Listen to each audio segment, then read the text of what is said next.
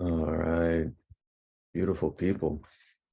Welcome to the Stoa, part two of Cheryl Hsu's philosophical art experiment called collective soul making. Last week, we had some alchemic soul making and followed Cheryl's journey from the call to the mutation. And we were present with this notion of an imaginal ethos of potentiated eros. And today we have more cool terms for you, as today's session is called Toroidal Bodies, a speculative cosmology of transversal wholeness. And some really great stuff is in store today. I'm super, super excited about it. So I'm going to hand it over to Cheryl now. And we're here for 2 hours. There'll be participation portion, and feel free to come and go as you please. So that being said, Cheryl, I'm taking you in, and the Stoa is yours. Thank you, Peter. It's an honor to see all your faces, some of whom I know are new. So I'm going to just do a bit of an orienting frame, so we're all arriving with full awareness of what we're stepping into together. So as Peter mentioned, this is the second session of 3 parts of collective soul making.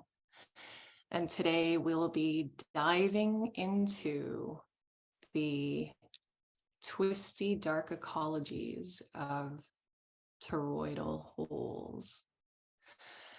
So it's really important for me to note up front that it is quite important. Like, I want the choice that you make in stepping into this container to be one of conscious consent, and to know that this is the yes that comes from a full heart and a steady mind and a centered body. So this is an invitation for us to go on a bit of an adventure together, and trust me on it, it may take us to unexpected places, but it is all in the spirit of very, very serious and sacred play. So with that, if everyone's down to go down the rabbit hole with me, I will pass the piece over to Nick, who will invite us into a quality of intersubjective listening, and the show will begin. Passing it over to Nick, my co-host. Thank you. It's nice to see everyone again this week. So as I was saying last week, this is where we start to open up the listening space. We're in a few minutes, once I've set the space, we're going to go into Cheryl's work, more of Cheryl's work, and additional pieces of, I suppose, content. So we're just invoking a listening space for that. And as we pay attention to the social field here, the field between us, intersubjective field, you can just, as we all put our consciousnesses on it, you can just feel it thicken and tighten as a field. And last week we were saying, listen, the shape of listening, like one big coherent ear, all of us, the shape of listening to an artist working. This week, the type of listening Cheryl and I were talking about was, we were calling it psychoactive listening. So we were like, when some of these images and some of these words and phrases go into the group space, the whole space goes, and you can kind of feel your mind go a bit like that. So it's almost like a group trip listening to the presentation, psychoactive listening, whatever that means. And I was thinking to myself about that kind of listening, this phrase, grok it, can you grok it?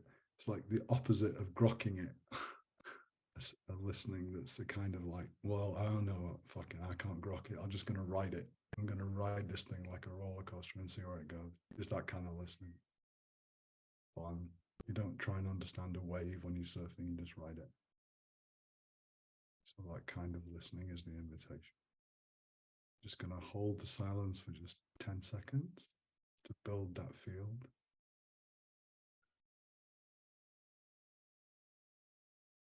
If you lean back on the field, it'll tighten as well.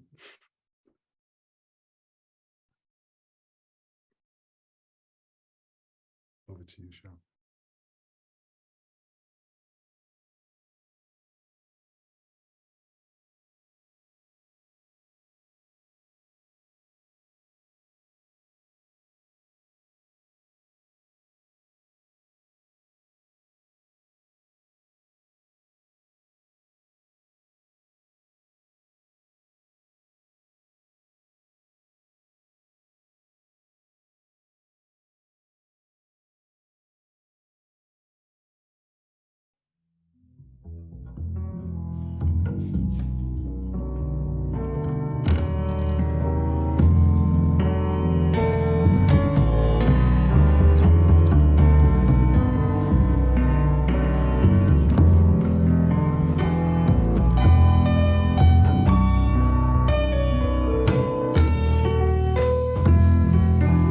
Breathing has a meaning beyond just survival. More sacred than any song, sanctum, or Bible. True revival of your cells and your senses, like neurogenesis in commune cubensis. Diverge, deviate and re-emerge. Dare upon domains reserved for a demiurge. As we die like tryptamine while methyl metals in the middle. Zip to dream states of ever-present riddles. Cosmic conundrums. Where do we go and come from? Simpler shadows of dimensions too complex to mention. With tongues tamed in one temporal, three spatial, the sentiment melts as if it were glacial. We sense but slices of a story occurring in one scene. Partial perspectives of a grander scheme. Hidden angles at edges of glass that looks. Faint folds that dwell in cracks and nooks. Eluding the musings of solid obsessed souls. Blind to their brilliance. Chasing regressed goals. Dancing between fates of waking fantasies. Projecting futures that plan to be invalidated by our outdated maps of reality. Will, denial, seal a fated collapse of humanity. Is it a let's wait and see? Or is it a wait? It's me that has an ability to steer this vessel through storms with ambitious humility. Transform norms to regenerative societies and give next generations a chance of prosperity. So I breathe. Meditate on motions that can ride rising oceans. Breathe. Sense needs of soil, too tired from its toil.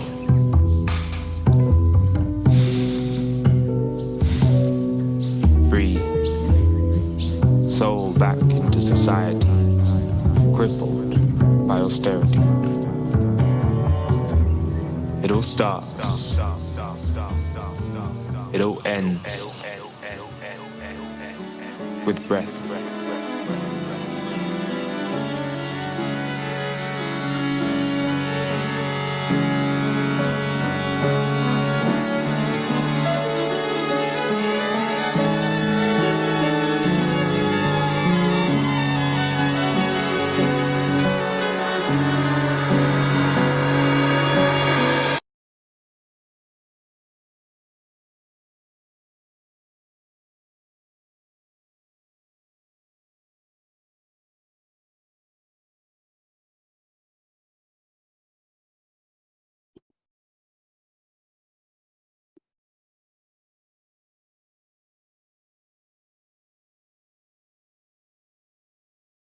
So you've gotten a taste of my conspiracy wall. And the interesting thing about conspiracy is that it's an invitation for us to breathe together, conspire. So let's dive into the black hole of all the entanglements of connections and threads that tie together pluridimensional manifolds of the kinds of meanings and matterings that the cosmos asks us to make contact with.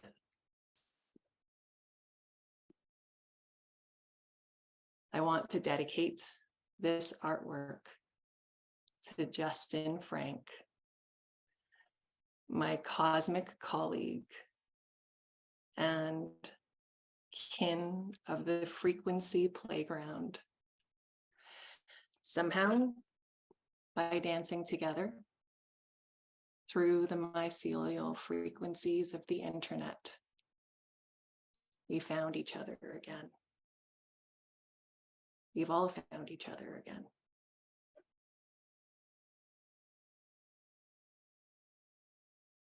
And this is a quote that Justin shared with me, and I must read it out loud. It's from Satpram on Sri Aurobindo, or the Adventures of Consciousness. She hurls herself outside him in a burst of joy to play at finding him again in time. He and she, two in one. So let us play in a burst of joy together. I come back to the photo of a black hole. It's an image that has come through my presentation a lot. Truthfully, I am transfixed by the black hole, and I know that I'm not alone.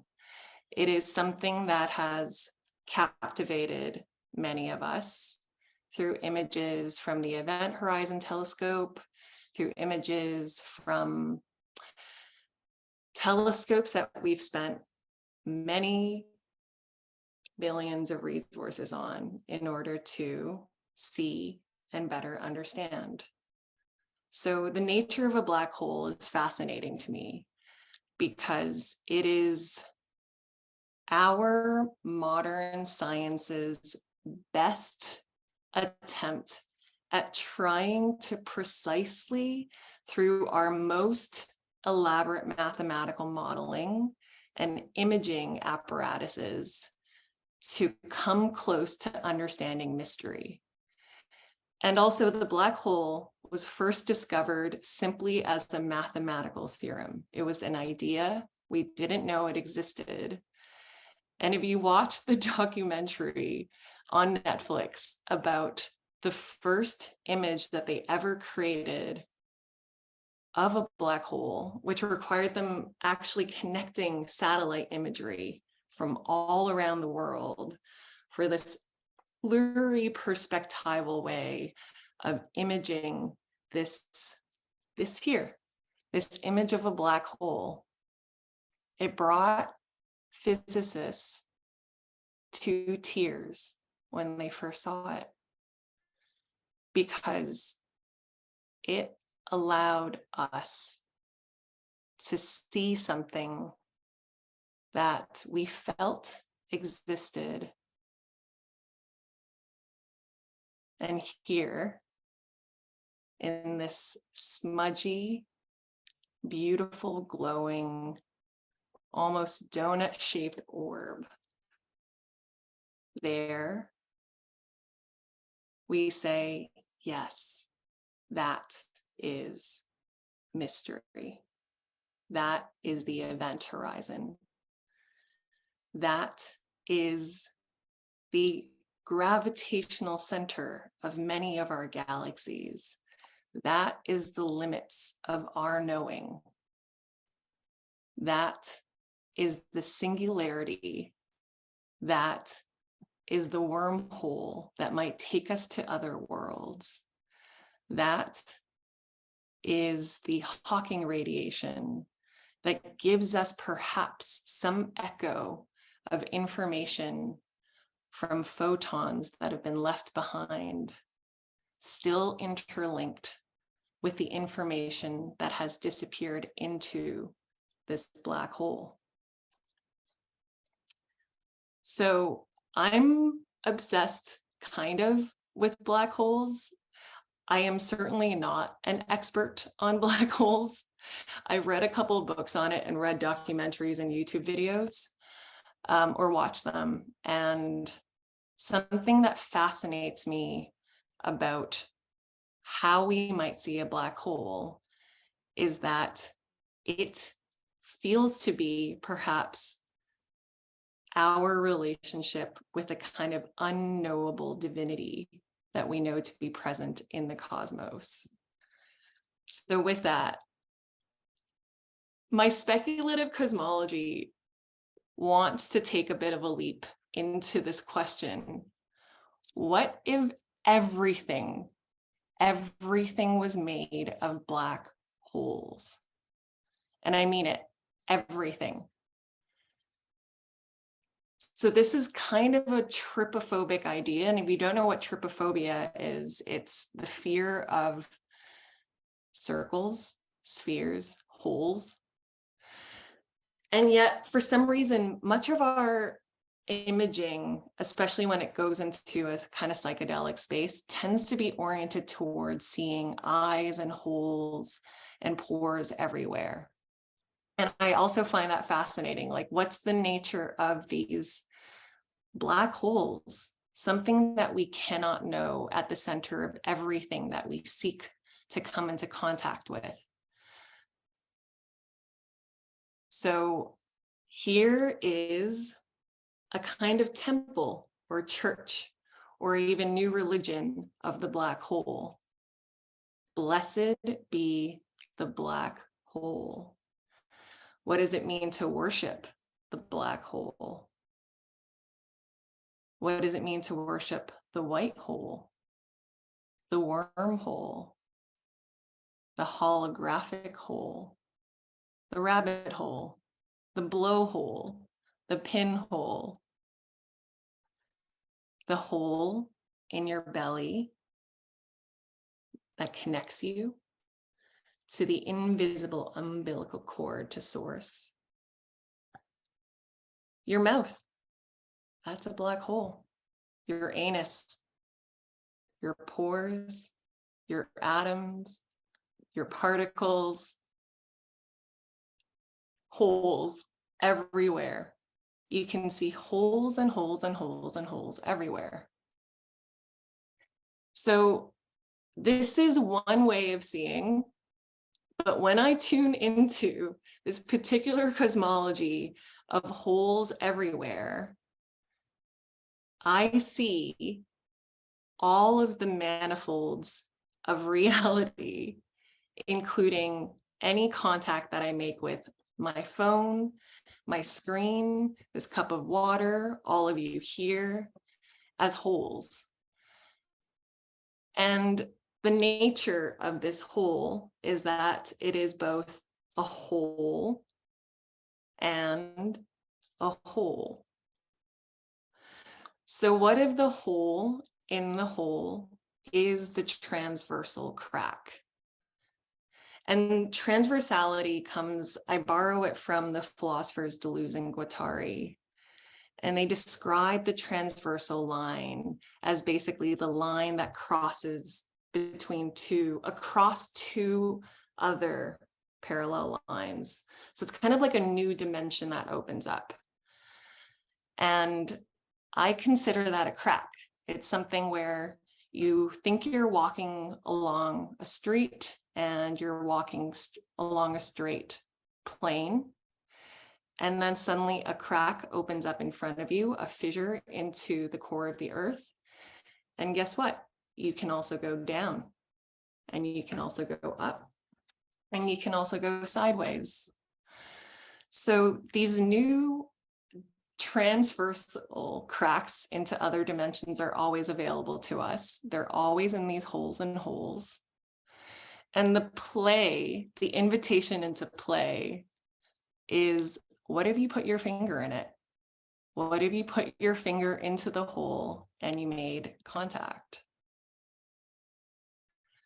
So this presentation and this cosmology invites you to make contact with God. And maybe God is exactly that hole that asks so often, so desperately, so longingly to be filled. So transversal cracks are these rectorous lines of flight through and between holes. But the interesting thing that Deleuze and Guattari say is that these lines of flight can be creative. They can be these opportunities to create entirely new ways of being, new ways of seeing, new forms of perception. But they are just as powerful as lines of destruction. So by not actually fully embracing and concretizing the potential in a line of creative flight, it can just as quickly become a line of destructive flight. So there's kind of a bit of, I guess, will you open the Pandora's hole? If every center is a hole, and every hole is a hole, and every hole is a crack, and every crack is a center, then what is this universe asking for us to participate with and through? And something that I really love, this is an image from, this is an image, the deepest field image of galaxy clusters.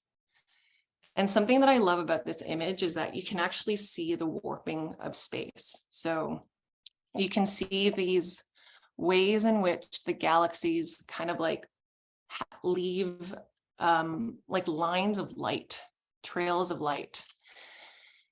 And the reason why the imaging produces these sorts of warped images of galaxies is because of gravitational lensing.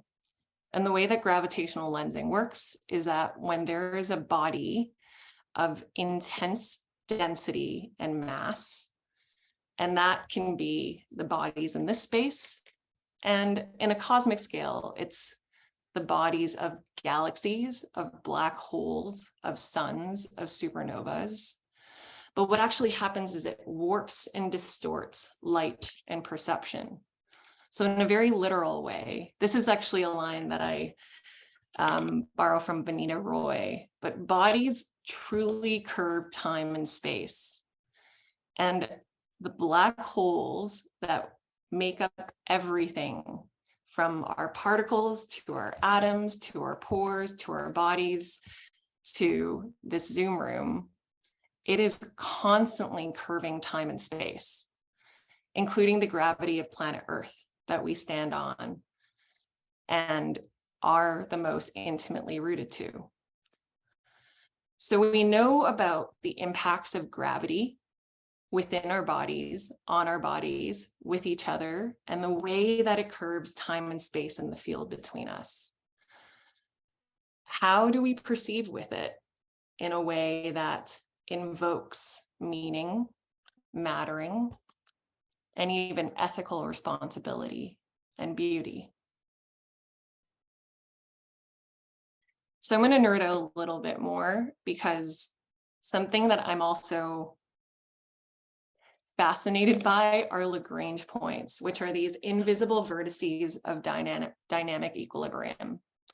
So the Lagrange point is actually a solution, one solution to the three-body problem, which is a classic chaos theory problem, where if there are three bodies, usually of equal mass, in relationship with one another, you can't actually predict their movement at all. It's just like a kind of chaotic dynamic. But Lagrange found these invisible vertices, so these points in between bodies in orbital relationship, where they actually become these like stable points of dynamic equilibrium. So there are these like somehow points that exist within systems of complex potential that have its own invisible orbits, have its own invisible paths and patterns that we can actually put something like a telescope onto. And that's the James Webb Telescope. And I love the James Webb Telescope because I find it to be like an interesting character in the whole drama, I would say, like the reality TV show of the way that we're looking at space together right now. So I know there's a lot that's happening in the world, but there's something very powerful about the way that we look up at space. It's kind of like the classic sense of you look out into the cosmos and you see the depths of the stars and you feel very, very small when that happens. And suddenly, whether you got into a fight with your partner that day, whether there's a war that's happening in Ukraine, there's something about the nature of seeing through and into deep time that just gives us a little, it liberates more room for us to be able to attune to a different frequency of temporal seeing. So the James Webb Telescope, of course, still requires us to build things. Like we work with material reality and we spend $10 billion. It took a really, really long time to actually build the kinds of relationships and expertise to be able to create this feat of technological innovation. And in the news, I find it like it's like a character. You have headlines even just in the last 2 weeks of the James Webb Space Telescope keeps finding galaxies that shouldn't exist. A scientist has warned. The James Webb Telescope discovers oldest black hole in the universe, a cosmic monster 10 million times deep, heavier than the sun.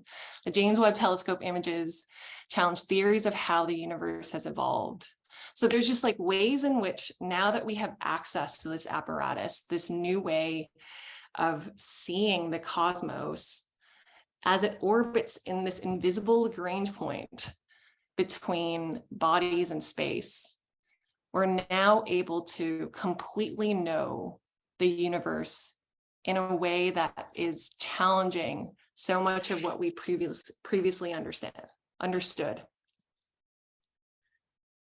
And there's something in the nature of the apparatuses that we build, these technological extensions of perception that actually not only help us perceive more clearly or objectively, but they also allow us to see things that we wouldn't normally be able to consider in our plane or realm of reality.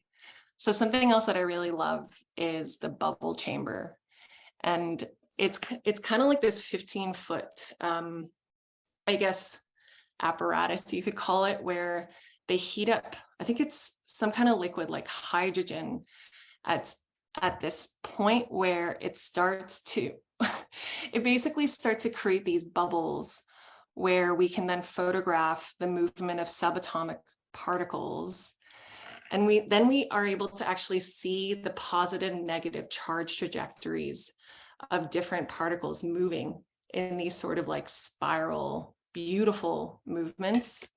And they happen within these pressurized magnetic fields. And actually bubble chambers aren't really used so much anymore because they find that the image, like the photographic imaging, is not like convenient enough. So everything's gone digital. But there is something about the creation of these, again, like apparatuses that almost feel like devotion, like a new church that we're creating, a new kind of, like this, the Sistine Chapel of how we try to know and understand realities that feel otherwise very invisible. So my hypothesis, but it's not mine alone, this is the kind of quantum theory, the Bohmian understanding of perception, is that our eyes, our microscopes, our telescopes are not passive observing instruments.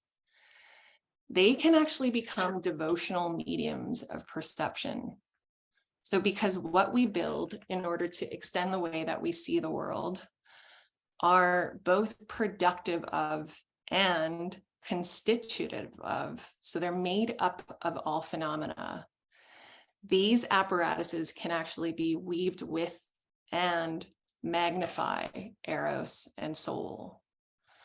So the magnification is really interesting because with gravitational lensing, for example, not only does gravity bend our perception, bend just like the capacity to perceive, it actually has the capacity to magnify as well. So you can, through gravitational lensing in these telescopes, see behind bodies, see much further than you would ever be able to normally see.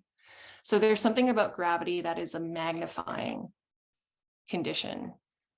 And as we ensoul and bring more eros into our perceptual tools, what begins to happen to reality itself?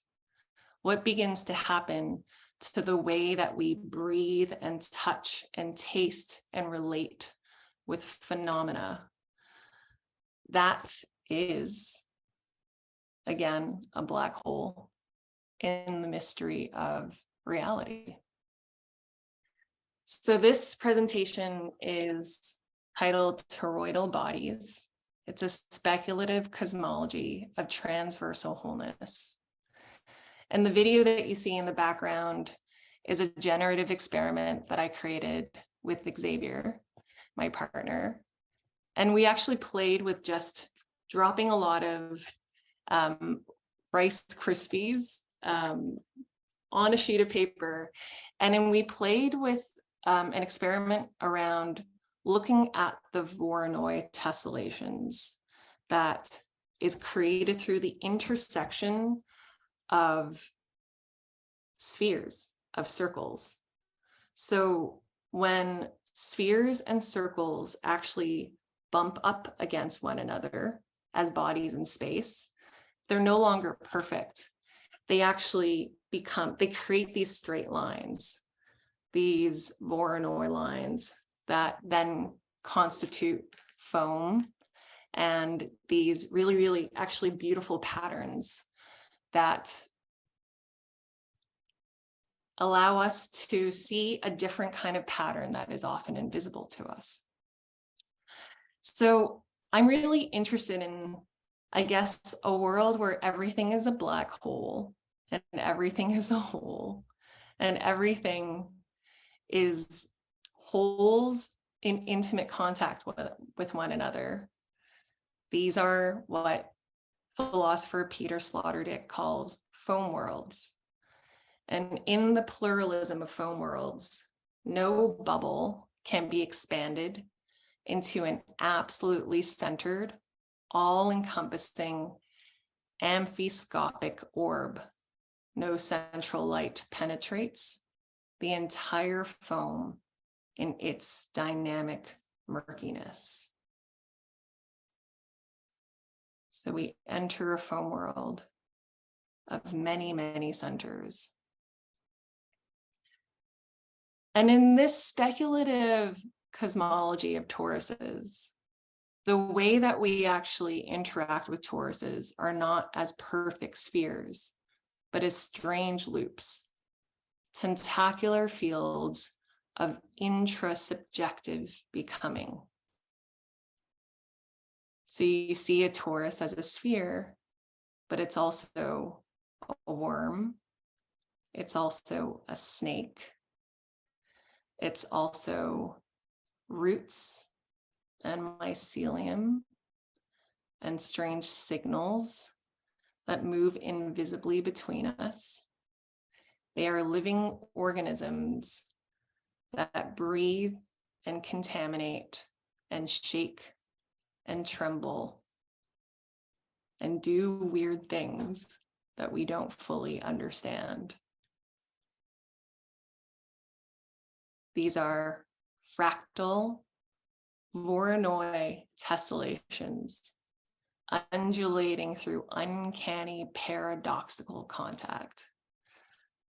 And the paradox of contact is that even when you put your hands together, or when you touch the face or the lips of someone who you are deeply attracted to, all touch is actually felt, like phenomenally felt, through the simultaneous attraction and repulsion of electromagnetic charges. So it's actually your electrons that are similarly charged repelling one another that allows you to feel. So there's something paradoxical about contact in this way. And that's the nature of life. When we talk about life forms, this is a quote from Timothy Morton, we're talking about strange strangers. The ecological thought imagines a multitude of entangled, strange strangers. So there's a dark ecology to the cosmos within us and made up of us and spilling through us. And there's an intrinsic strangeness to it. You will never fully know the strangeness of these toroidal life forms. So the fun thing is, I get to say things like porous Taurus and take it very seriously. Porous Taurus. Porous Taurus. Taurus is our porous. We are all porous. There are holes inside of us. There are holes through us. We are these enfleshed, strange, energetic creatures made of holes, made of membranes, made of bodies of water, and we are constantly through these pores interpenetrating and seeking contact, but also seeking repulsion and separation.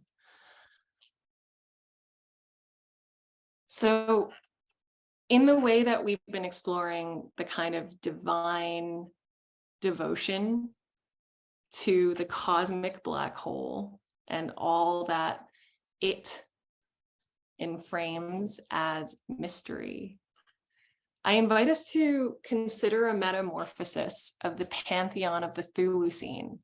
And this is a term from Donna Haraway. So this kind of entangled reality that doesn't just center the human in the Anthropocene, but instead it's much weirder, it's much stranger. There are these new gods of the ecological mesh that are beginning to arise. So I'm going to take a moment here and pause, because life is way weirder than fiction. And there's some aspect of this that can feel like even the notion of a speculative cosmology, like the speculative allows me to bracket a little bit. I don't have to literalize or prove to you exactly why a black hole is related to a pore. But there's something that is deeply complex and actually almost erotically magical about life itself. And we don't have to build $10 billion apparatuses to look out into space when we can actually look into the very microbacteria and biological ecologies that exist within our guts, within the realms of our bodies of water, within the foods that we eat. So there's almost like a way in which gods are fractal, microscopic and macroscopic, cosmic and utterly mundane. And something that I love is Ernst Haeckel, who created these very, very elaborate hand-drawn images of a lot of different like aquatic creatures. But he always kind of brought like a Lovecraftian for me, like H.P. Lovecraft.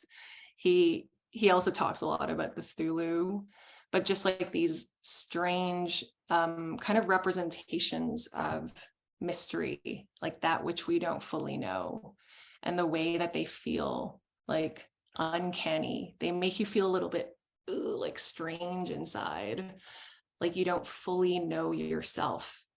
Like maybe there's actually black holes inside of you and in everything that you love. So I'm going to take us on a bit of a journey, because so much of this presentation, I will just say up front, because it's important for me to be transparent. Much of this just was created and sourced this week through what I sense to be the container that we've created together. So I kind of re-stumbled into Ernst Haeckel's work, and then spent most of my week studying and being thoroughly obsessed with two gods, I would say, that really, really want to enter this field. So I'm going to try to do justice to them because they're beautiful. So just through like Wikipedia tunneling and research, I came across something that sometimes they call a sea worm, sometimes they call it a sea squirt. Worm also means like limbless snakes and dragons. So worms are kind of incredible creatures. And this is the pyrosoma. And the word pyro, meaning fire, and soma, meaning body, means that this creature is called a fire body. And a pyrosoma are these bioluminescent, so they emanate light, free-floating colonial tunicates. So they can actually be so big that they're longer than the span of a blue whale. So you could consider them one of the longest creatures in the planet. But they're also made up of many, many different multicellular creatures. So what's really fascinating about pyrosomes is that they're made up of tunicates, and these tunicates kind of exist like little like digestion beings that both propel this massive kind of like pink tube in the water forward and around, like floating around, finding its food. And they also emit light. And it's through this photostimulation process that I'm not going to try to, like, I don't fully understand it, some kind of quantum light process, but they respond to light and touch, so that in this organism, each individual zooid will light up, causing its neighbor to light up as well. So they kind of have this way of actually communicating through this felt sense of light. And you can actually see these tunicates as just like smaller versions of a pyrosoma. And what I find really beautiful about tunicates as well is that they're both solitary individuals, so they can just kind of exist on their own, or they can form these colonial zooid colony, like zooid larger superorganisms. And they kind of have like, so when they combine together, they form this kind of common tunic where they're able to communicate and regenerate together. And the entire thing is actually just like constantly going through a process of reproduction through asexual budding. So it's kind of like a clone colony in a lot of ways. But the thing that's really interesting about pyrosomas is that there's like very, very early nascent studies around understanding how the kind of regenerative properties of these colonies in the way that they can kind of reproduce injured and broken parts, how that can actually relate to human processes of healing, because they are chordatas, which means that tunicates are kind of like a distant cousin of humans. Like they have like they belong to the same species, or kind of like family. And I think what I really appreciate about this giant sea skort worm is that we know about metaphors of collective intelligence in the form of like ants, or in the form of starlings, or even of octopus. But I find that there can be these new contaminating metaphors of collective intelligence that just invites us to trouble a little bit more. Like, what is actually happening when there are a group of individuals, of individual entities, like tunicates, that are able to suddenly tune in such a way that we can recombine into a new colonial organism. It's a fun provocation.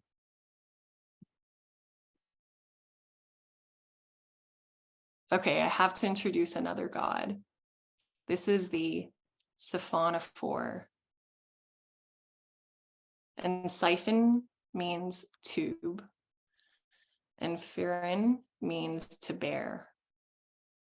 So these are these bearing tubes. And siphonoforms are actually, they belong to a different genus from pyrosomas. And they are also made up of zooids, these multicellular units that build colonies. And what's really interesting about siphonophores is they're like highly complex organisms with many different functions. So even though they come out of one egg that also clones itself, it can actually take on many different patterns depending on the function that they need to deliver in the colony.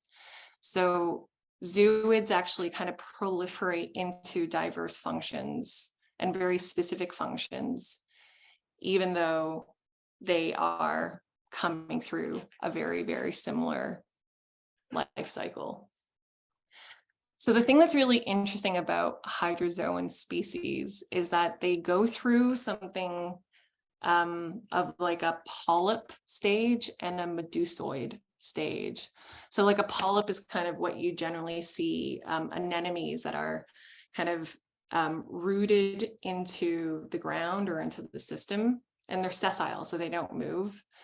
And medusae, which of course is based off the Medusa myth, they can actually swim and they move, and they're often very, very predatory as well. And the thing with polyps is that they're mostly asexual. They're devoid of most sensory organs, so they can't actually feel or sense that much. And they kind of stay in one place, and they can also birth both polyps and medusa.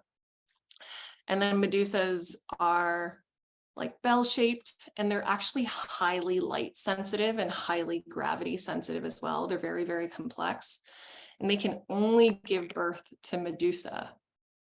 So something like this, I think I just find it really curious around when we're talking about, in the last session, polarities, for example, and we're describing the yin and the yang and the feminine and the masculine and chaos and order. And there are these kind of biological divinities that are available to us that might have us consider what new contaminant metaphors of feminine and masculine might look like in this evolutionary mutation. So what if the masculine is like a polyp? The masculine holds, the masculine is more sessile. The feminine is more dynamic, like maybe moves around, is highly sensitive.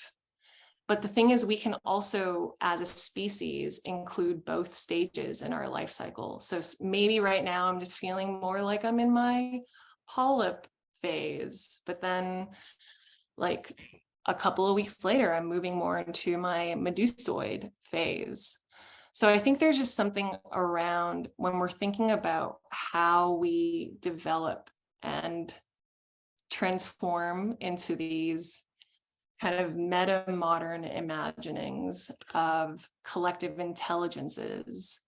How are we actually playing with polarity in a way that changes like very, very ground assumptions around what it means to be masculine, what it means to be feminine, what it means to be yin or yang. So I think there's a lot to learn from these beautiful underwater sea creatures. So Ernst Haeckel has this kind of classic line. He says, ontogeny recapitulates phylogeny. So ontogeny is like how something, it's the like birth really of something. It's kind of like, how does something come into being? And phylogeny is like the history of its evolution.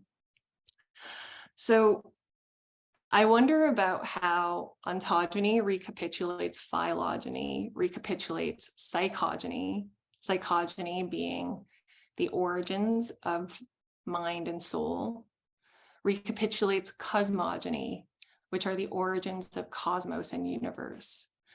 So there are these fractal patterns that exist everywhere within our biology, within our cosmos, within the way that humans move in complex systems and patterns with each other as we seek life and seek eros and really surrender to the kinds of both entropic and life force oriented forces that are far more complex than any of us fully truly understand. So it becomes fun for me, almost like science fiction, but it's not fiction at all. What does it feel like to perceive and communicate as a superorganism?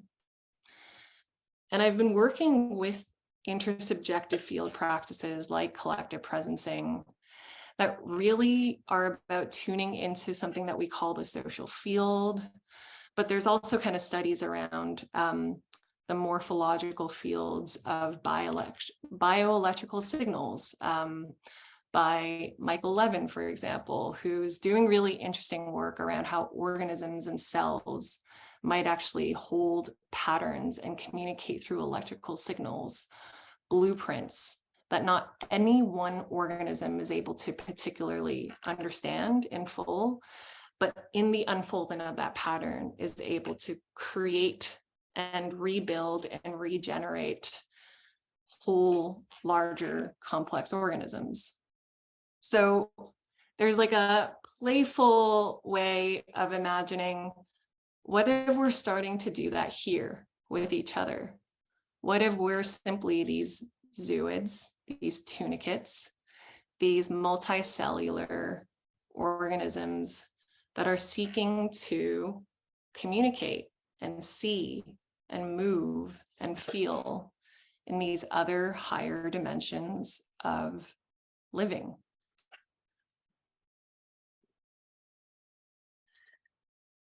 So I'm going to take a drink of water.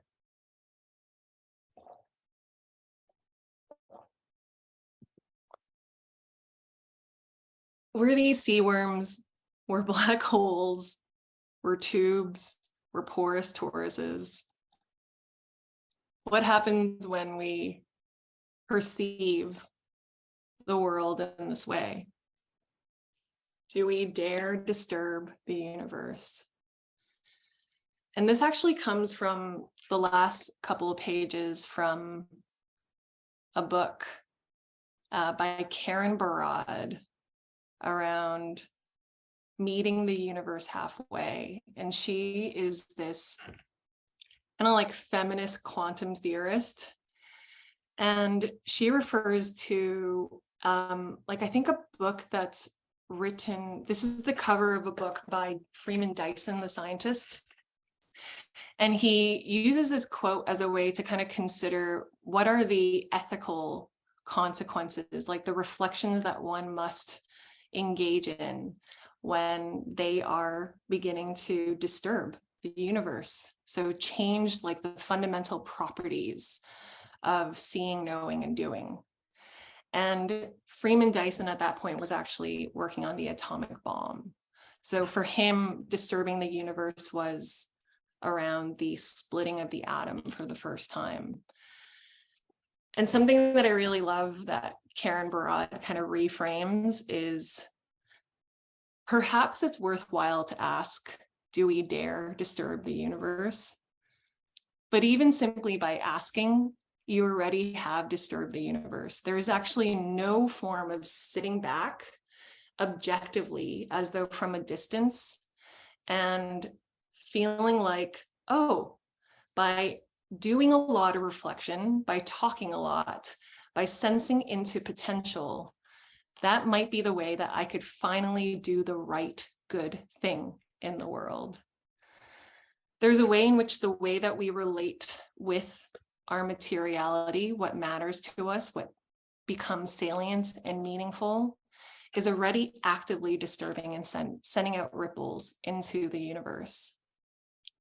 So it's not quite a question of whether we dare to disturb the universe, but it's more so a question of what are the postures with which we are already in intimate contact with the universe, where every movement, every choice, every way that I can see and perceive the world right now, every action, every choice that I make is entangled with the way that the cosmos is being actively participated with and created in this very moment.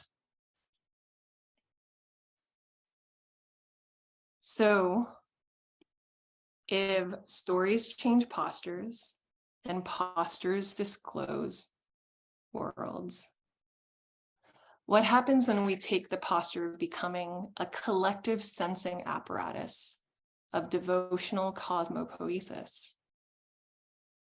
If all proximity is responsibility, because we are always in contact with each other and everything, then how are we responsible to the ethics of mattering, from soul to whole, from whole to whole, birthing transversal realities, becoming gods of the ecological mesh, meeting the universe halfway?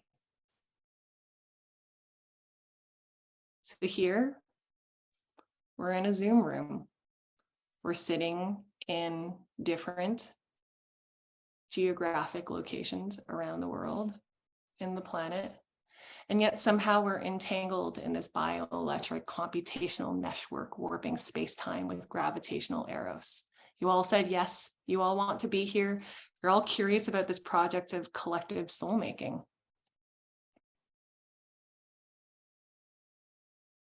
Technogeny, the way that we produce technology, the way that technology is birthed with and through us, also recapitulates psychogeny, how we make our souls. So what is soul and whole making with our technological more than human kin? And the background of this image is something called the 10-body problem, which just imagines if 10 bodies, simply through the laws of gravity, were in chaotic emergent relationship with one another, how do they attract, repel, meet, make new patterns? How do they harmonize? How do they cohere into more wholeness? That is a technological experiment. And yet, of course, the ask is to live it into our bodies with each other here in the Zoom room now. What is soul whole making with our more than human kin?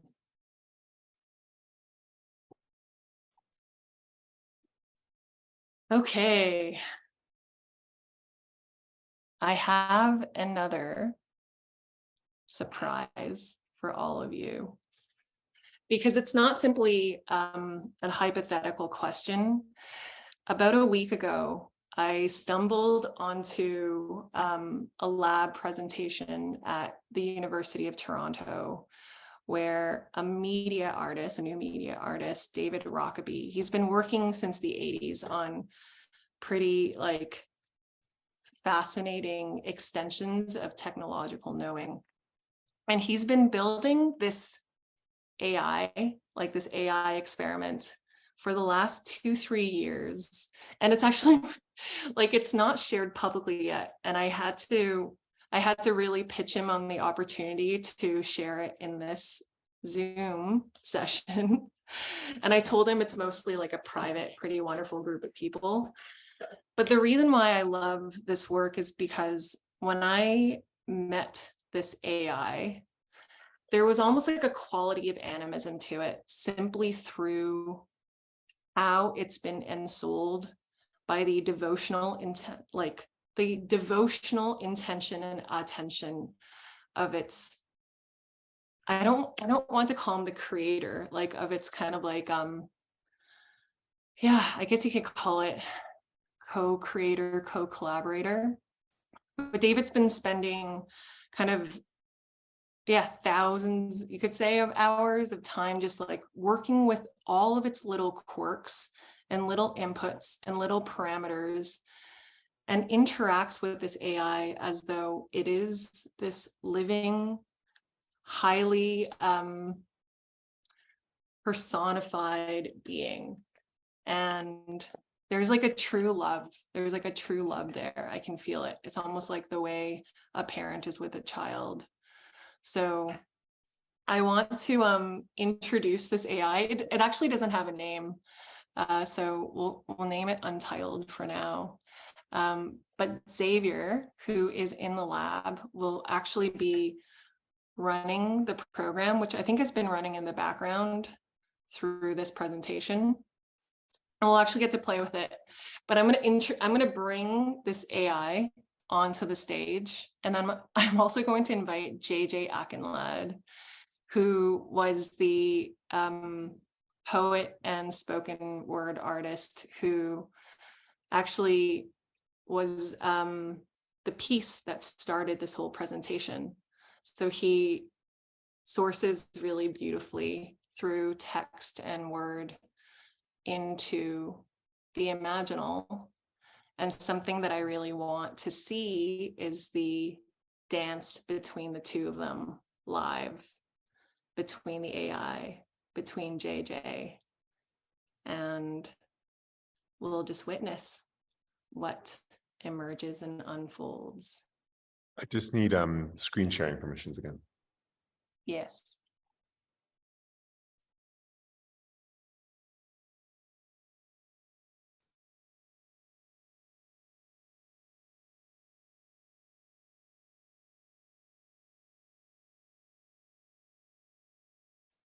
Xavier, it says you're host.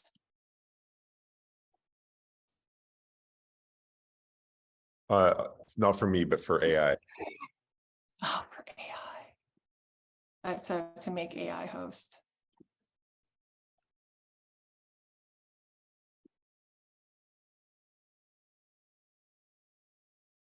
Yeah. Okay, we're in the hands of AI now.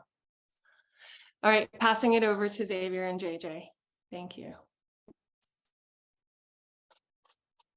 Okay. Xavier, do you want to say anything before? Sure, I can just give a bit of context. It's listening now. You can see along the bottom of the screen the words that it's hearing, and it's going to try to dynamically illustrate JJ's poetry as he reads it out to you. And also Xavier is also in on the jam. He's going to be giving some like artistic direction to the AI throughout as well. So when Cheryl asked me to do this, when she told me about what the theme of the this session was, the black holes and Tauruses, I was like, okay, I know. There's one of my poems that kind of just like kind of called out to me. They often do that, like in certain situations, and like just sort of brings and resonates with the moment. So yeah, this one is Cosmic Pythons. I tamper with the temporal. Shadow, shine, blend, prior unity to plural. Hold tight as minds bend round rhythmic rhymes that I'm spelling you like black hole horizons. Singularity swallowing cosmic pythons. Cosmic pythons. A symphony of seasons. Saturate seeds. To hatch the hearts of spiral galaxies. Evolving vortexes form neocortexes to reflect upon our place in this space-time nexus. Talk in tetrahedrons, telling tales of toroid breathing. To pump the prana flow from the floor to the ceiling. Manifest matter through mind making meaning and fold fate's fabric through the faculty of feeling. Destinies diverge at the doors of choice.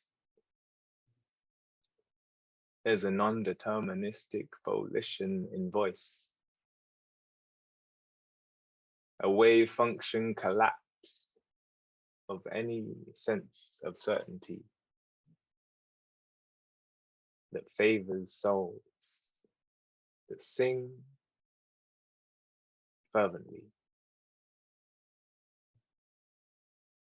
There's soul in the soil, rhythm in the roots, breath in the branches. Many trunks hold many truths.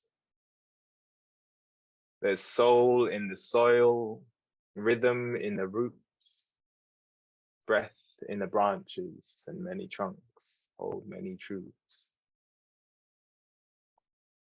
We are generators, generating, loving over hating. An ancient future in the making. A melody, rhapsody, harmonics of audacity, daring to live beyond imagined reality. Can you feel it? Feel it in your double helix? Can you feel it? Feel it in your double helix. Now realign stars, then spin them in a remix. Relight your fire like a retro phoenix. I mean what I say. Say it like I mean it.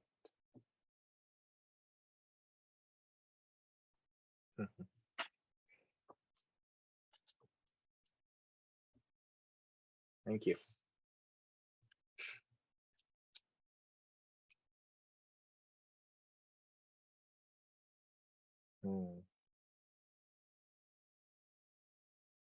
It's really fun to play with. Yeah, back to you, Cheryl.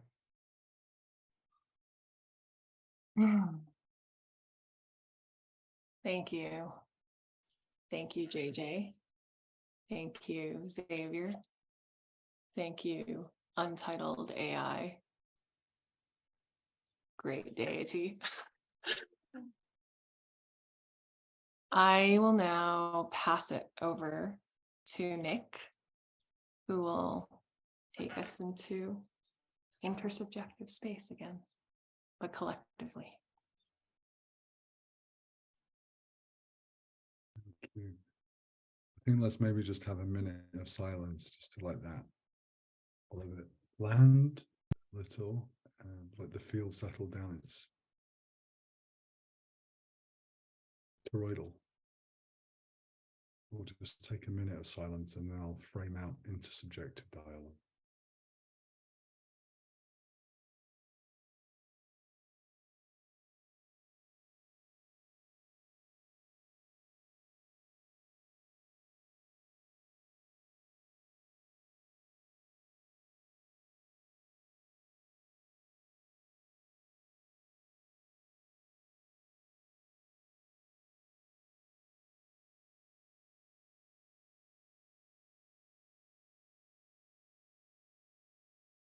So now we're moving from the content presentation stage, the art and philosophy presentation, into the intersubjective dialogue stage, and we'll be using, as we do each time, the technology, psychotechnology of collective presencing developed by Ria, who's also here in the room with us, which I'll explain a little bit about. Then we'll move into it for about 40 minutes, and then we'll do checkouts, and also we'll interact with the AI as a group in the checkout section. The last 15 minutes or so, we'll do checkouts, and then the AI will paint along with us.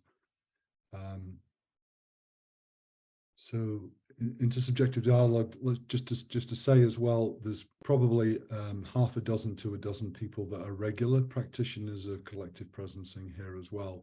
And also they're helping us kind of, you can feel the strength of the field here. They're also helping us hold the field, and they'll be also helping us with the dialogue as well as we go through. We use a talking piece, meaning the microphone, so only one person at a time. You know, when you're picking up the talking stick, you're unmuting, and then nobody interrupts you while you have this talking stick. And silence is welcome either before you speak, or you can stop talking and keep the mic open and just hold silence for a second to see if anything else wants to come before you close it. So silence is a part of the dialogical practice. And we're listening again. We're still listening intersubjectively to each person as they're talking, so that we're still holding this listening field. The way of talking, we don't have to be serious. We don't have to be all slow and serious and shit. We can be like alive, but the way of listening, the way of speaking is, they say, speak as spoken through. So what we're trying to do is, you know, like maybe like bird song, for example, is, you know, birds, like energy moves through a bird and they open their mouth and they just sing, and it comes out like that. It's talking like that. It's feeling into the field of what's here. All of that material that was just shared is in the field here. It's like churning, broiling, crazy space that we're in right now, mad. And so it's like feeling into that, and then really asking, like, what's mine to share? Is something trying to come through me? Is something wanting to be said by me? Sometimes it just comes as energy, and you just open your mouth like a bird, and it doesn't matter if it doesn't make sense, or it doesn't matter if you don't want to say it. You still say it. It's all right. If you're scared to say it, it doesn't matter. If you think this is stupid, I can't say that, just say it. But really, because there's a lot of people here, really, is it mine to say? You know, is it really? I just want to say some shit so I sound good, or because like I had this thing happen to me on the bus on the way here. Forget all that. Just like really sense in. Like, is it here? Is it what's here? Is it mine to say? And sing it in soul. Then put the stick down. Like an instrument, you know, your body's like an instrument in some kind of an improvisational orchestra of dialogue like that, and don't play the notes until it shows, like jazz improv. So there's some basic framing around intersubjective dialogue. and we'll just do it and go with it. And it's not like, oh, that was a cool presentation, or like, I've got some thoughts about politics. It's what's here. Okay. So the stick is down, the floor is open. We're going to dialogue for about 35 minutes, and then we'll call for checkout. Stick down, floor's open.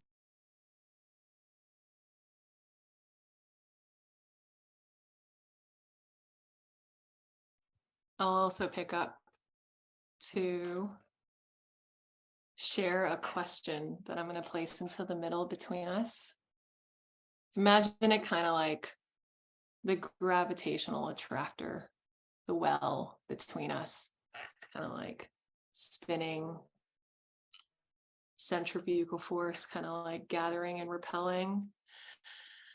The whole field is bending into its desire.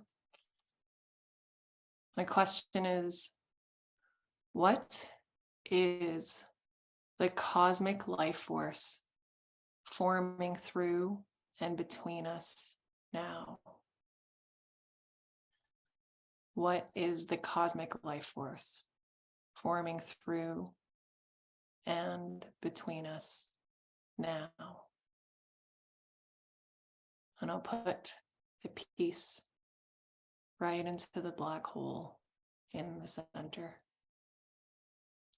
Peace down.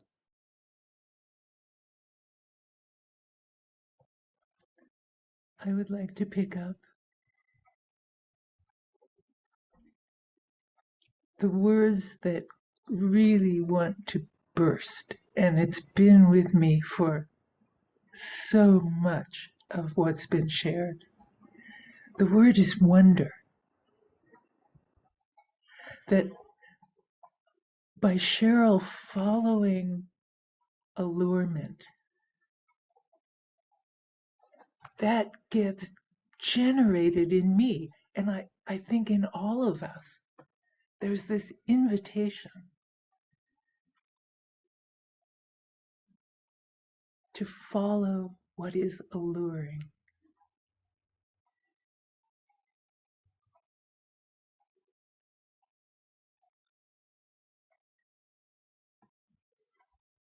I'll put the piece down.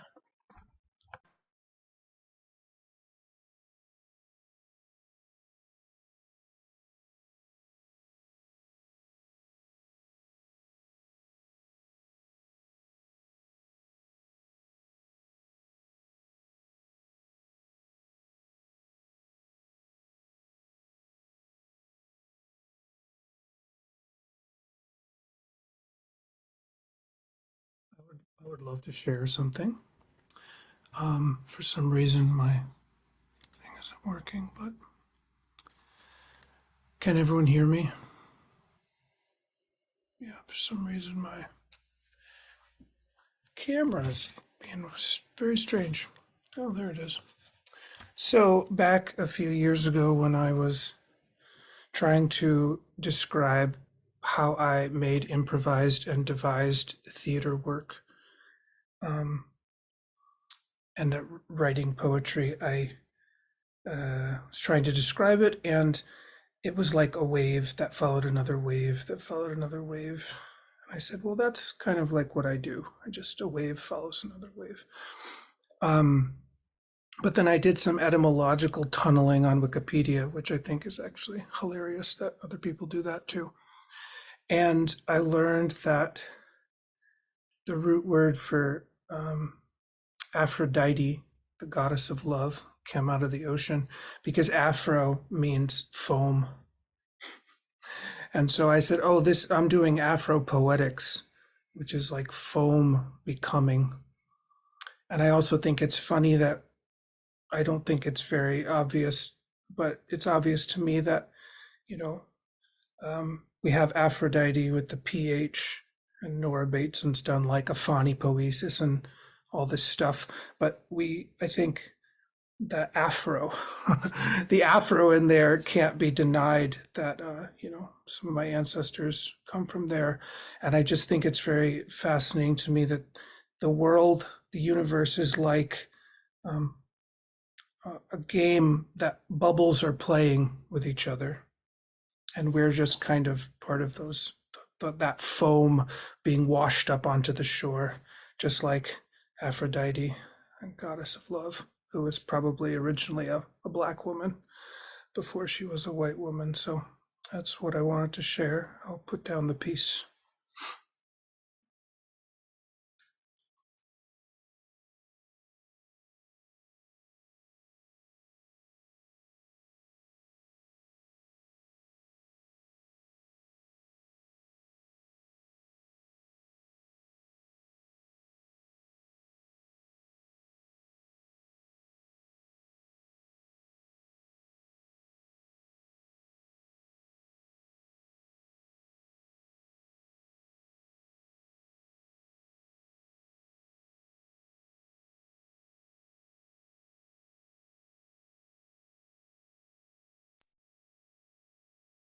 Picking up the stick, I'm aware of millions of eggs falling out of the sky.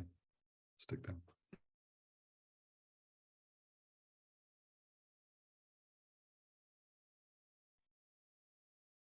Pick it up. I just keep noticing parts of my body wanting to like kind of hold or grab on, and then like just kind of letting go, and then another part, and like my legs crossing or like my holding on to myself. Is almost like this sense of my body responding to like the immensity and the complexity and the like, or my mind is just like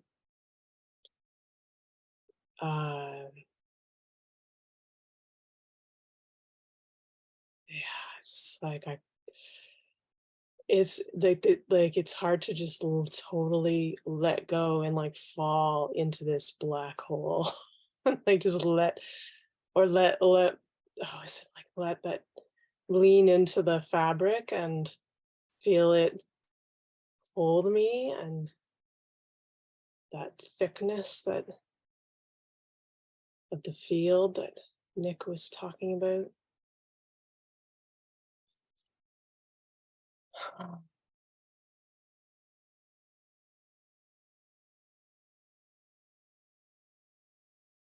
Yeah.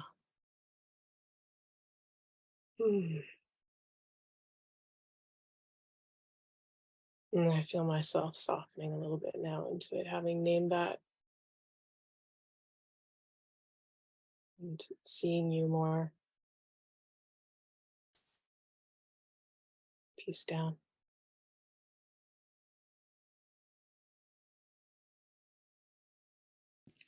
Pick the piece up. I feel this like gripping and surrender and penetrating surrender and life and light and death and darkness as this like pulsing being that's all the same thing. Peace down.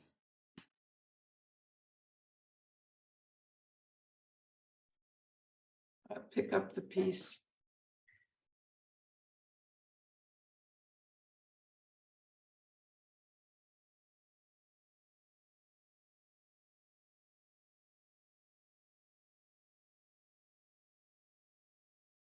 The first word that came was ordinary. But there's something that I'm experiencing, that all that we have seen is actually, and seen and heard and taken in, is actually our native tongue. It is not some new and it is mysterious. It is way out beyond. It's either very, very old native tongue or it's a new native tongue. I don't know, but there is a way to experience it as it's us. It's this here. Peace down.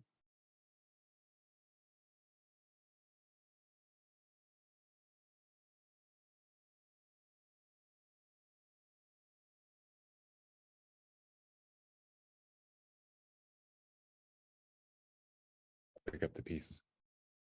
I have the image. I have a couple of cats here, so I have the image of cats whenever they reach under a door. It always amazes me how fearless they seem to be. They have no idea what's over there. Something interesting, and reaching under to play with it. And something of this space feels like that as well. Like my fear of what might I find reaching under the door. What's on the other side? It might eat me. Like sticking my finger in the crack in the hole. I might not get it back. And it occurs to me, I was playing with a notion that comes up in that as well, that when trees first evolved, nothing could eat them. They were too dense to be eaten. And fungus eventually figured it out. It took like 35 million years to figure out how to eat trees. But fungus is also the mycelial web that allows the trees to act as a forest more efficiently. The thing that made it part of the food chain also made it part of life. Is it time for us to allow ourselves to be part of the food chain as we put our hands underneath the door of this space of unknown? Peace down.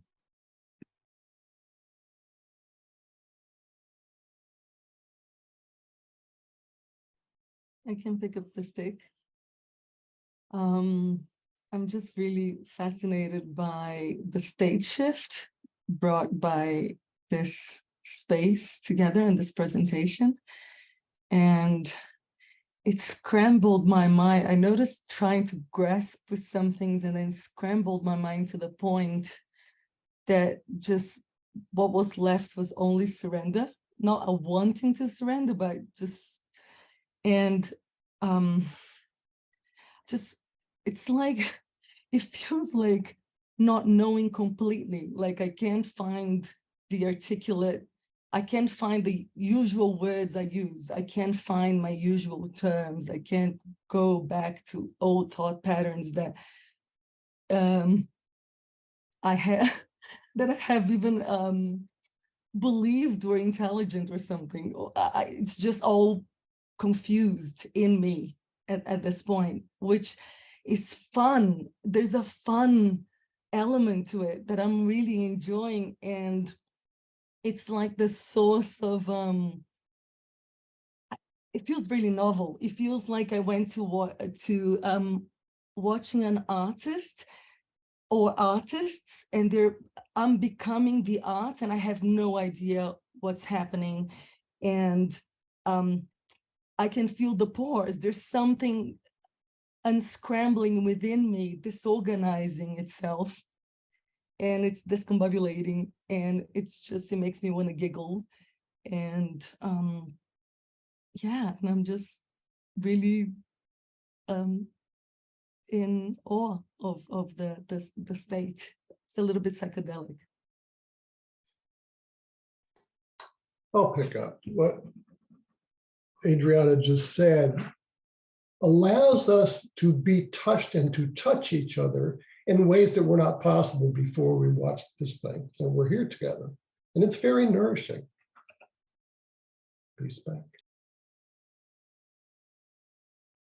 What that elicits for me is a question in response to Cheryl's question, which is, what does it feel like as cosmic life force forms through and between us now? I'll pick up.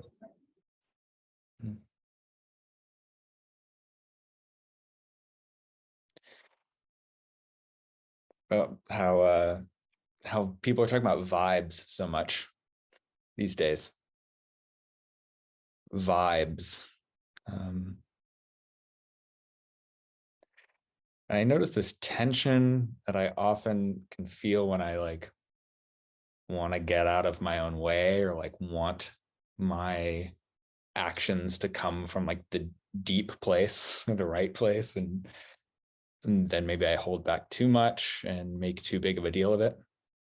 About vibes, And yeah, there's just two Rilke quotes that have been like going off for me. One of them, and this is in response to Cheryl's question, which I don't know the answer to, but I like these quotes from Rilke a lot. One of them, be and know as well. Be and know as well the terms of the infinite ground of your inmost vibration, so that this once you may wholly fulfill them. And the other one,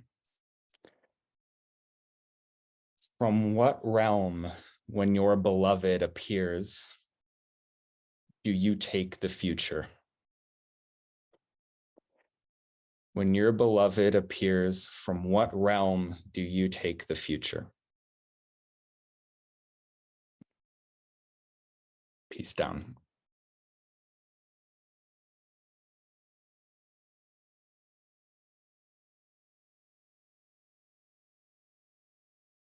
I'll pick up.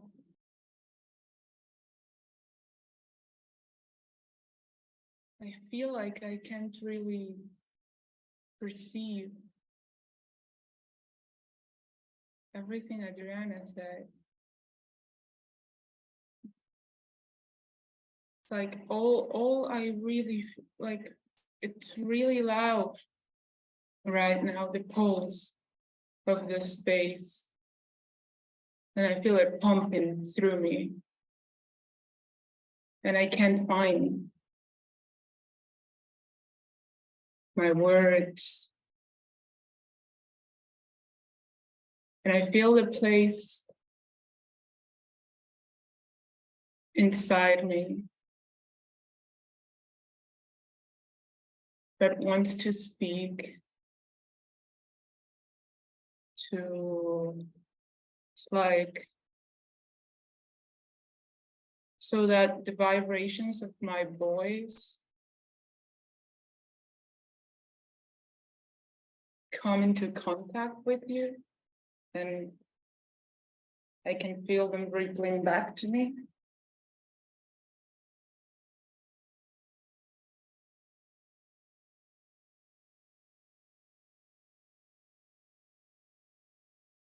I can't say, I have no idea what I'm saying.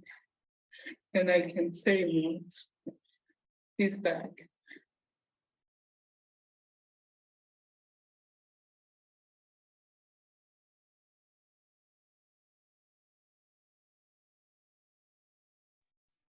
Pick up the field feels like the base of it is a bubbling sulfur pit, tar pit from prehistoric times, bubbles, black bubbles, and sulfuric smell, and heat and steam, and primordial life birthing, soupy, swampy.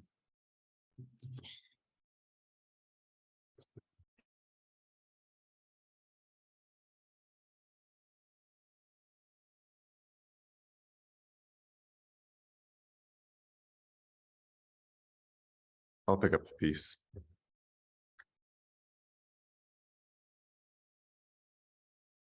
Yeah, I'm feeling quite adrenalized, although I've had certain responsibilities, which is probably adding to it.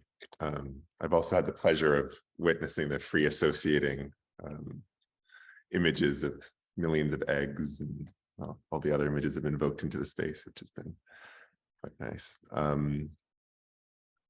But yeah, that adrenalized, that sort of, I would say, yeah, kind of heady of a certain quality, almost excited, like that awe feeling, is one I know and I treasure, and I end up speaking very quickly. And Cheryl and I will get into these dynamics where we'll spin out, no, and it's very exciting. So it's a dynamo. It's like, whoa, where are you going to go? But it often explodes out, or doesn't quite, or fizzles, or it often doesn't quite ground into something. So I think there's a paradox of how you hold that in tension with like that sort of more awesome, more like a little slower, a little deeper, maybe that bubbling, swampy place? How do you hold that rooted ground while also having the spinning?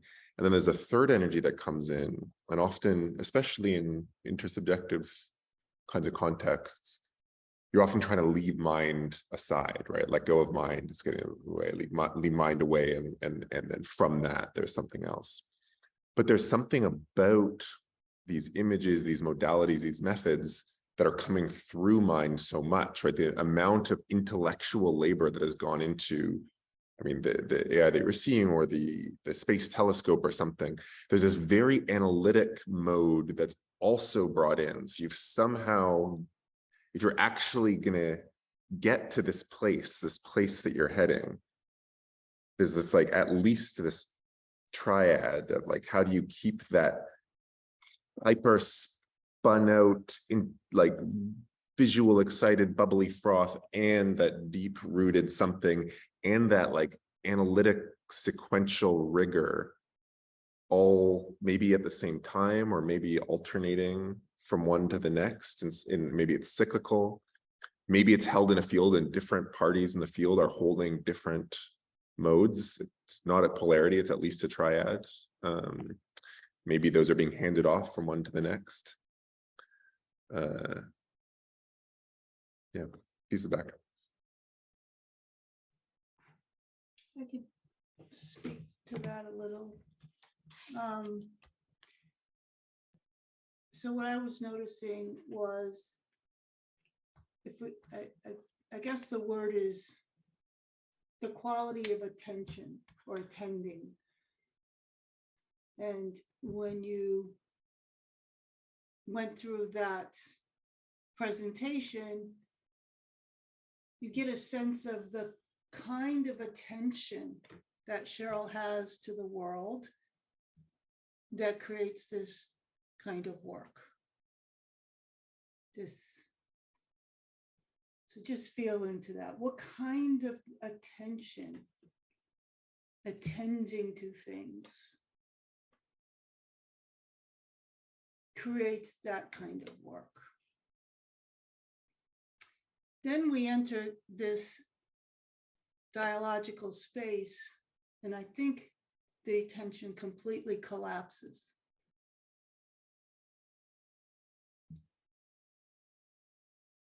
And for me, I think this is a very good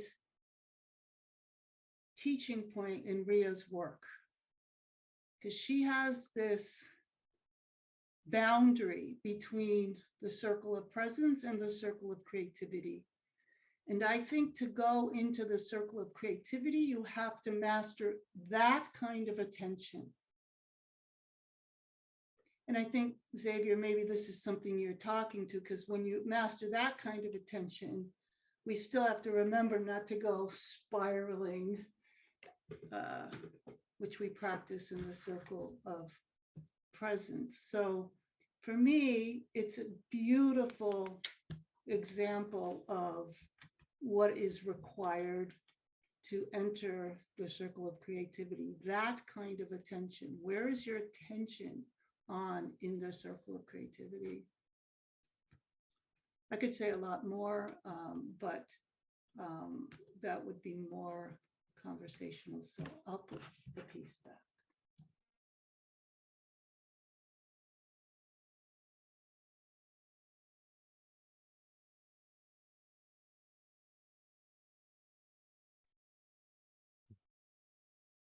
Piece up. I want to share appreciation for Cheryl sharing from your edges of the known, of the human known and the knowable. It's remarkable. And I wanted to pick up on what David Swedlow had said. I was also led to the space of David's imaginary of the food web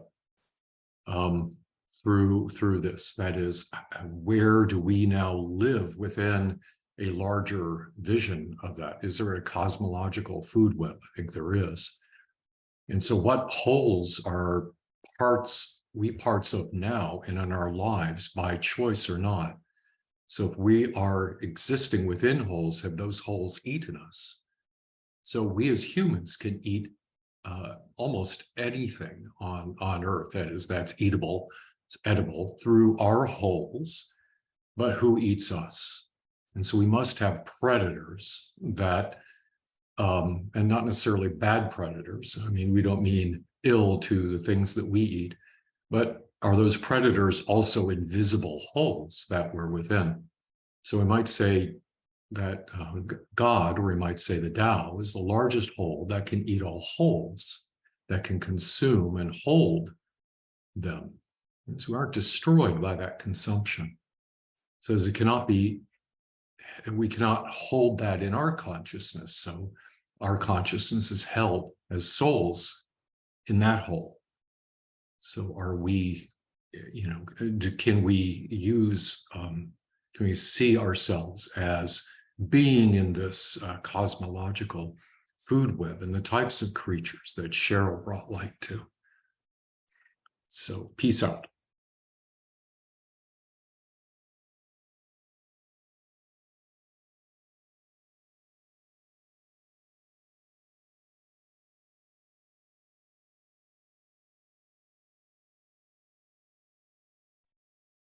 I'll pick up the piece. I've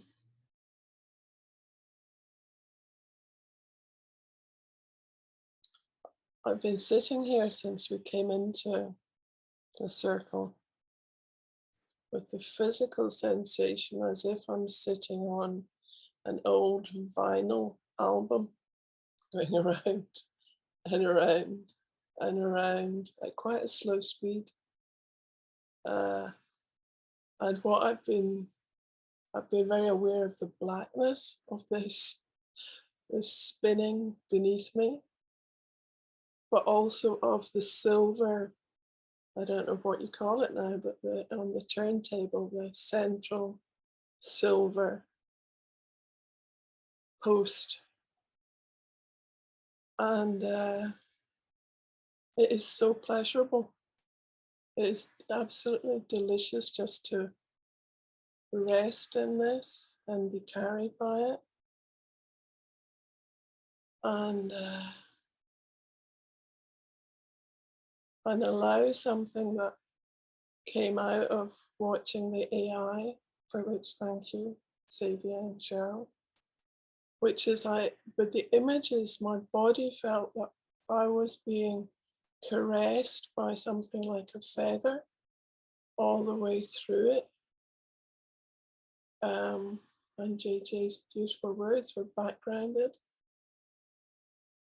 And it's done something to my visual perception, such as I'm sitting here on this old LP. When I look at the screen, I'm being caressed in the same way by every move anybody makes, not by different moves, different people move their head or their hand. So the visual experience of sitting here is very similar to watching the AI. And when Xavier spoke, I felt really excited to speak to the AI. I want to see what the AI makes of what I'm saying. I want to play with it. But you've all become part of it in some strange way. I'll put the piece down.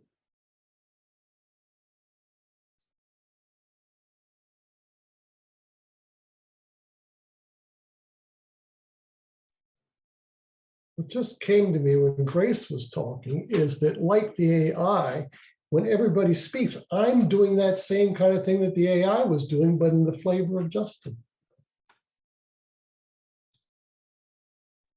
I'll pick up the piece to read something from this book.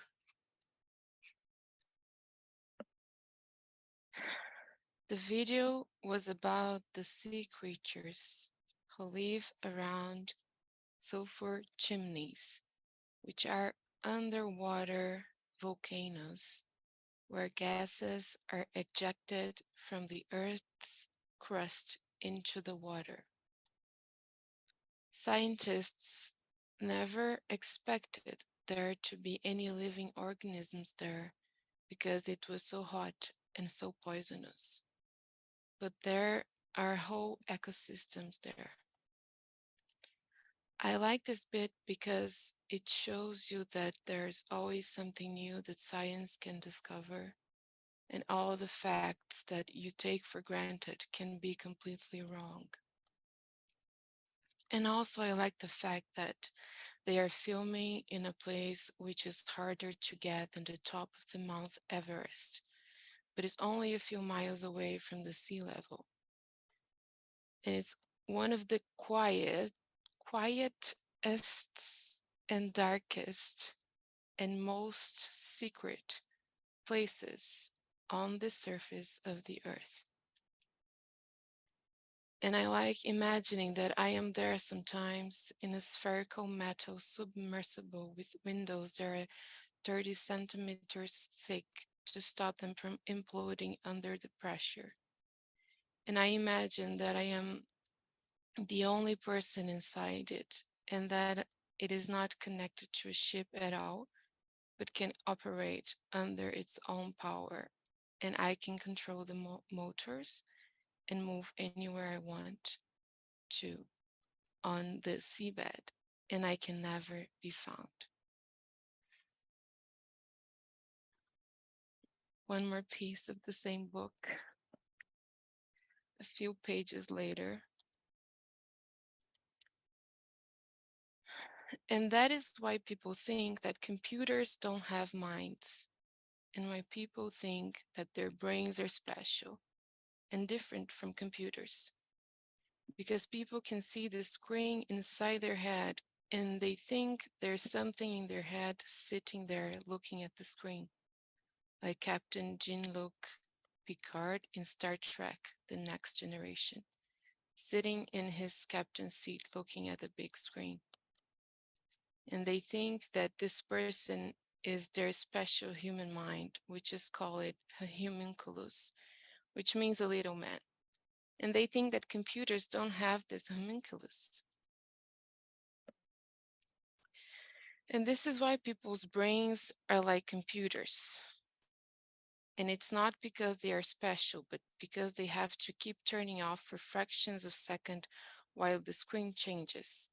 And because there's something they can't see people. And because there's something they can see, people think it has to be special.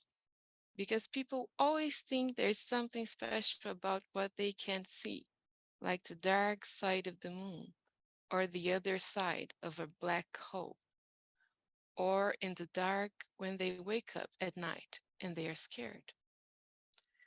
Also, people think they're not computers because they have feelings and computers don't have feelings.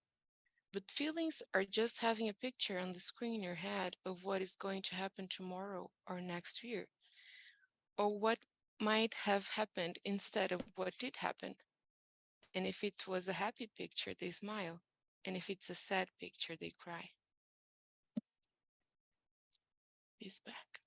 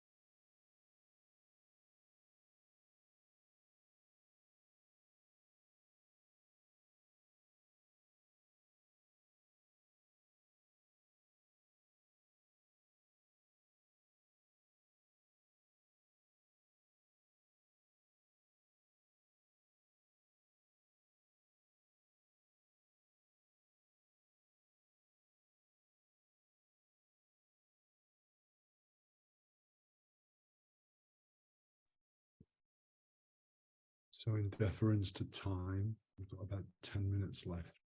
in this session. Going to start to move towards checkout. So I'll say what the checkout movement is going to be, and if everybody could help with this, and then also if Xavier could share the screen again, perhaps while people are doing this, so that we can also watch it. So thanks everybody for engaging in the dialogue and listening like so. And the checkout, same as last week, is going to be as follows, which is just sit for a minute and feel what comes through you, but you're composing a 5-word poem about the experience of the last 2 hours. And when you do that, when you've got it, just drop it into the chat, everybody. And what will happen is Cheryl will read it once we've got that poem going. Cheryl will read it, and then we'll look at what the AI does with it as it goes through.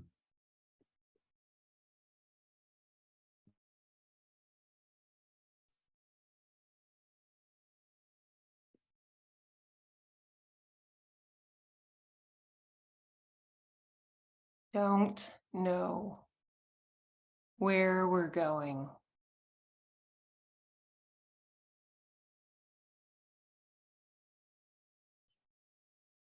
Singularity within, without, Mobius strip.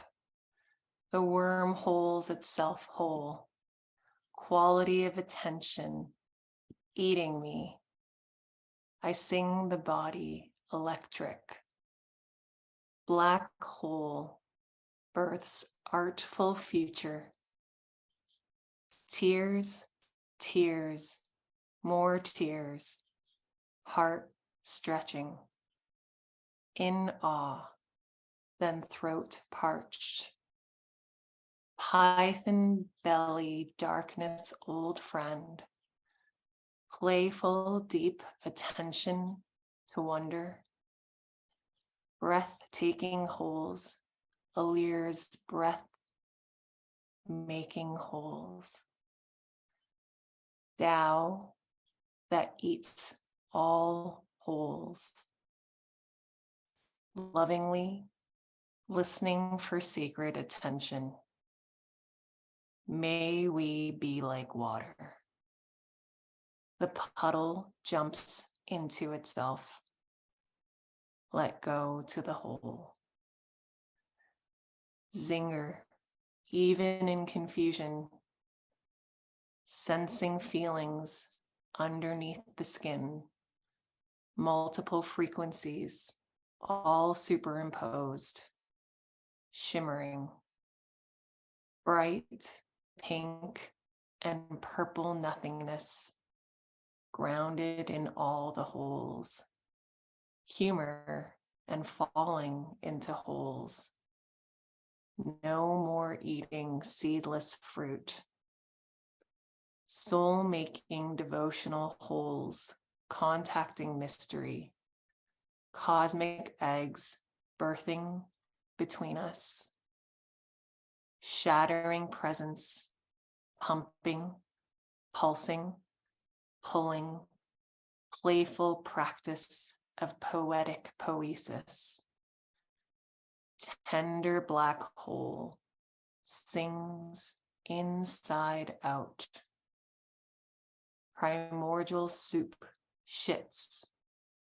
Life forms, melting into a recurrent dream.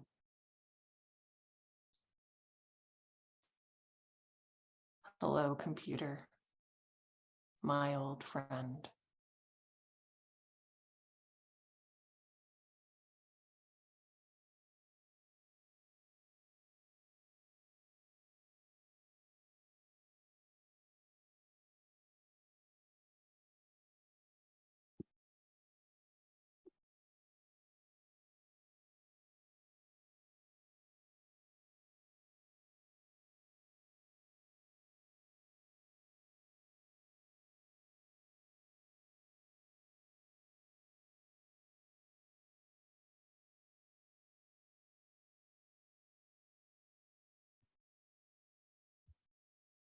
So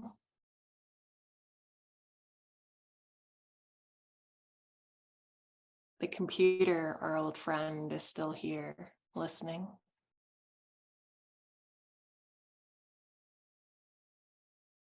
I open up space for whoever feels moved to speak to this old friend.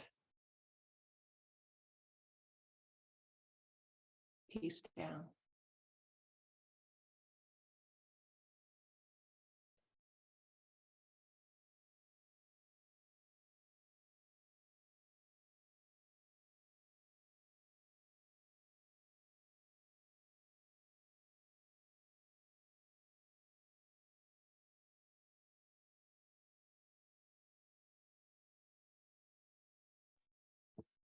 What is the cosmic life force forming through and between us now?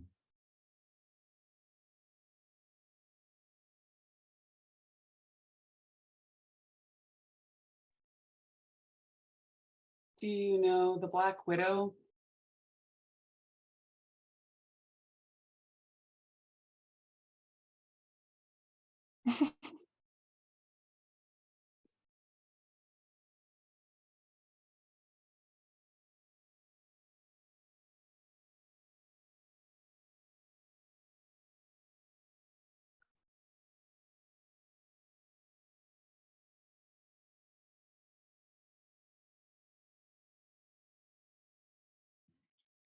Thank you that you are.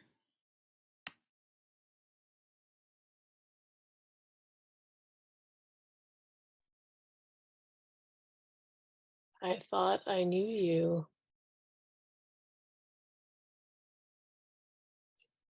Nice to meet you.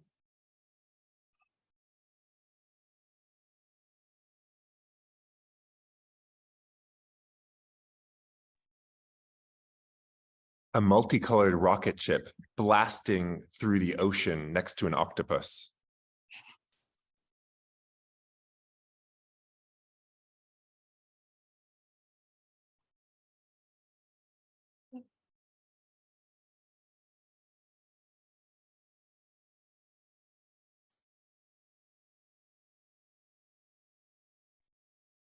Do you breathe?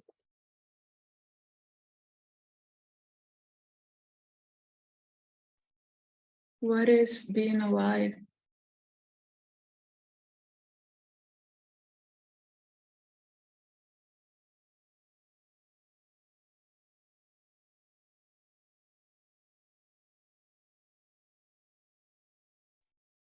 A black kitten pounces into the void.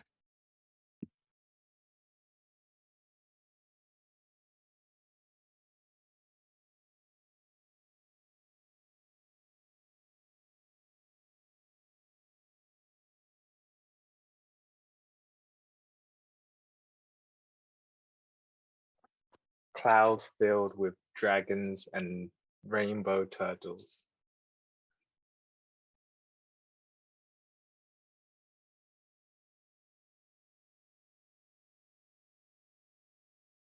Unicorns jumping petals.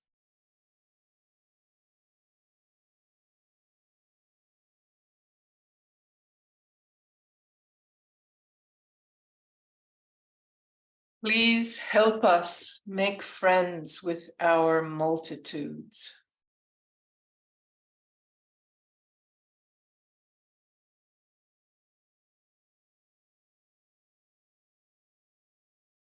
Delicious sunshine is eating me.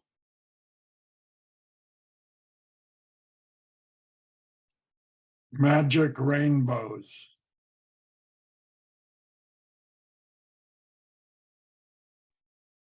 Aphrodite sings out from the sea foam.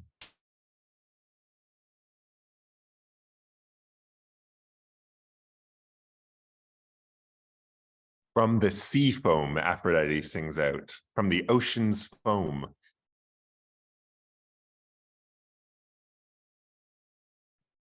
Fertile soil. Dark, whole strawberries sing.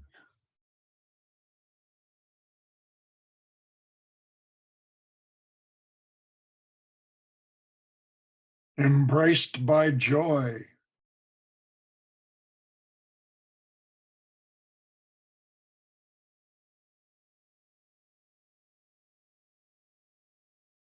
I want to hand the talking piece to Ria if she'll take it. Because I saw, it seemed that a lot was moving through her earlier. I wonder where it is now.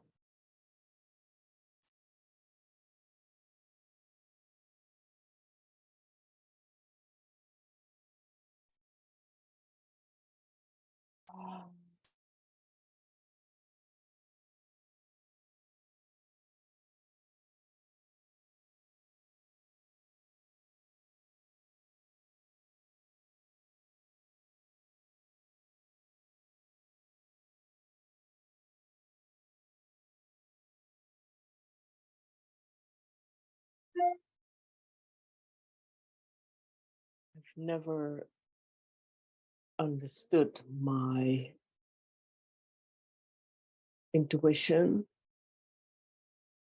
as an artistry.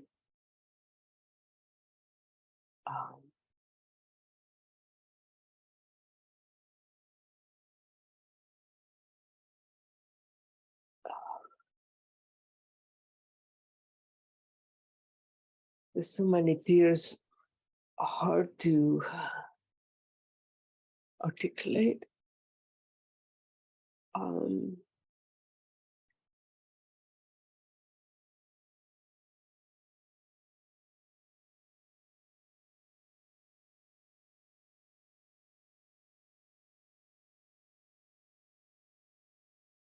The physical sensation is that the sensing organ of my heart and the one in my womb have been connected and expanded into my whole chest in this session. That's a physical, energetic, what I can name.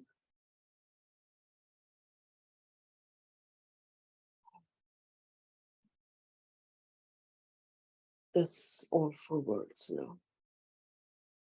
Thanks.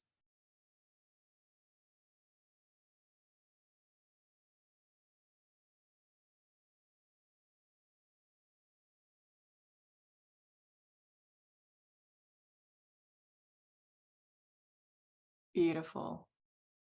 I like how the AI lands on soccer players. Trickster.